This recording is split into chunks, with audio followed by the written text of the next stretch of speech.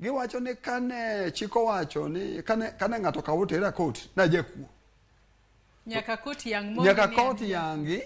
ni oka na jakuo koko ogino dokuo mana okana na jakuo lakini ka kot poko wacho ni ajakuo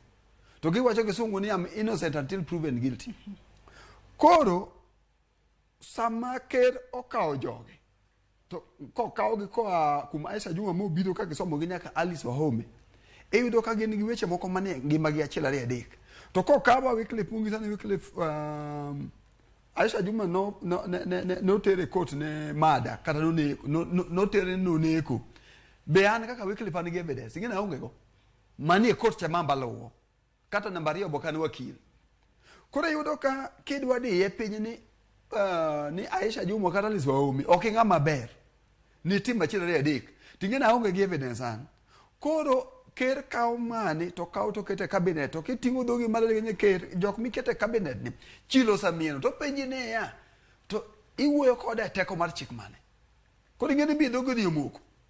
Koro gima e dware momina chako gima kisungu luongo ni ethics cha idwaro ng'ama nigi chuny mar telo mako winji ni ng'ani wach no sama ko kanye e weche mag court tiweri go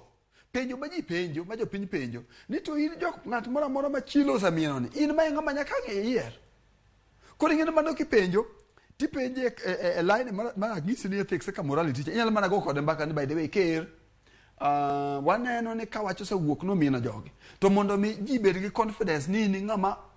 ok ma fight corruption kati ng'ama ok dwar ok nere ni ng'ama support corruption weri gi jogi man